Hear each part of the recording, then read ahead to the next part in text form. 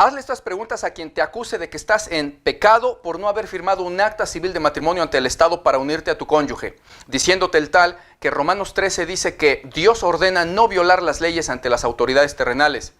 Diles, las leyes del matrimonio civil tienen normalmente dos regímenes, por bienes separados y por sociedad conyugal. ¿Por cuál de ellos firmaste tú para comprometerte ante la ley y ante las autoridades? Porque si me dices que por bienes separados, entonces estás en pecado delante de Dios, ya que entonces me estás diciendo que tú firmaste como una ley, que lo tuyo es tuyo y solamente tuyo, y que lo de tu cónyuge es de él y solamente de él, porque son asuntos separados. Cuando la realidad es que Dios te ordenó que con tu cónyuge ahora ya no serán más dos, sino uno. Y que ahora son una sola carne y que son familia y no extraños separados y con bienes separados, sino uno solo. Y si me dices que fue por régimen de sociedad conyugal o bienes mancomunados, entonces también estás en pecado delante de Dios y desobedeciendo sus mandamientos. Porque entonces tú declaraste con esa firma ante la ley que lo tuyo que tenías antes de casarte es solamente tuyo y seguirá siendo siempre solamente tuyo. Y que solamente lo que trabajen y adquieran juntos de ahora en adelante será de los dos como esposos. Pero resulta que aquí también Dios te dio una orden, que una vez que llegaras a hacerte una sola carne con tu cónyuge, no serían ya más dos separados, sino uno solo. Una sola carne y ya no más dos.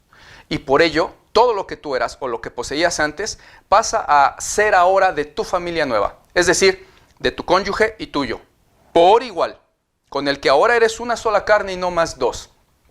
Con lo cual entonces estarías en pecado delante de Dios por transgredir sus leyes celestiales para obedecer unos contratos terrenales que te permiten y además te obligan por ley y por firma a tratarte con tu cónyuge como si fueran dos extraños y no uno solo en Cristo. ¿Por cuál de los dos regímenes que firmaste es que ahora te has hecho un pecador y un transgresor de las leyes de Dios que te obligaban a que lo tuyo pasaría a ser de tu cónyuge y tu nueva familia por el hecho de hacerte con el tal una sola carne y ya no más dos?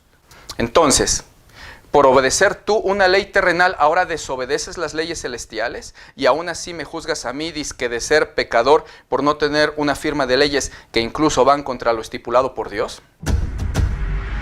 Bendiciones, mis hermanos, ya estamos nuevamente aquí y vamos a ver rápidamente el tema siguiente acerca de todo esto que venimos explicando sobre todo acerca del matrimonio y la pareja.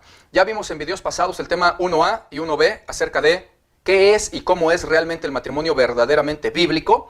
Y el tema 2 que fue, ¿qué es el misterio de hacerse una sola carne al tomar mujer? Te recomiendo que veas primero esos temas para que puedas entender el tema de hoy bien y no tengas tropiezo, ni vayamos a entrar en contenciones vanas, sino que vayamos en orden entendiendo perfectamente lo bíblico de cada uno de estos temas.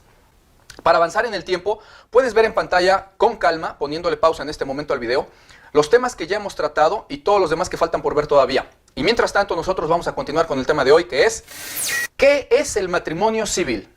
¿Es bíblico realmente? ¿Está prohibido? ¿Se puede hacer? Acompáñame a verlo. Muy bien, pues lo primero que vamos a decir y repetir muy enfáticamente para quitar tropiezo y evitar contiendas inútiles es que casarse por lo civil ante el Estado no es ningún pecado, aunque tampoco es obligatorio de parte de Dios ni es un mandamiento de Dios. Pero repetimos, no es pecado hacerlo.